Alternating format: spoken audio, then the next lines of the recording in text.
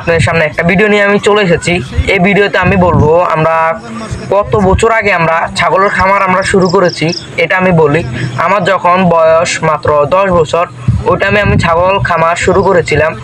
ওই থেকে আমাদের এই পর্যন্ত একটা ছাগল ছা মারা গিয়েছে, আর এখন 2026-এ আমাদের দুটা ছাগলের বাচ্চা মারা গিয়েছে।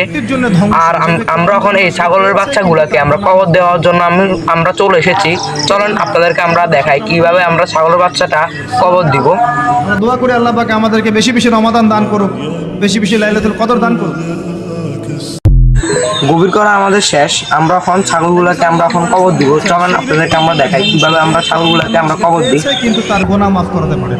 এই আমাদের একটা বাচ্চা, এটা কিন্তু পাটা ছাগল হতো, এটা আমরা এখন কবর দিচ্ছি। এটা সবচেয়ে ছোট। আল্লাহ পাক আমাদেরকে বেশি বেশি রমাদান দান করুক, আর বেশি বেশি লাইলাতুল এখানে আরেকটা, এটাও পাটা ছাগল, এটাও আমরা কবর দিয়ে দিব। নবী সাল্লাল্লাহু আলাইহি ওয়াসাল্লাম বলেছেন, সেই ব্যক্তির জন্য ধ্বংস যে ব্যক্তি রমজান মাসকে পেয়েছে কিন্তু তার গুনাহ মাফ করতে পারে। জানেন এটা আমাদের শেষ রমাদান হতে পারে। কবর দেওয়া আমাদের শেষ, আমরা এখানে আরেকটু বেশি মাটি দিয়ে দিব। চলেন আপনাদের বেশি বেশি রমাদান দান করুক, বেশি বেশি লাইলাতুল কদর দান করুক।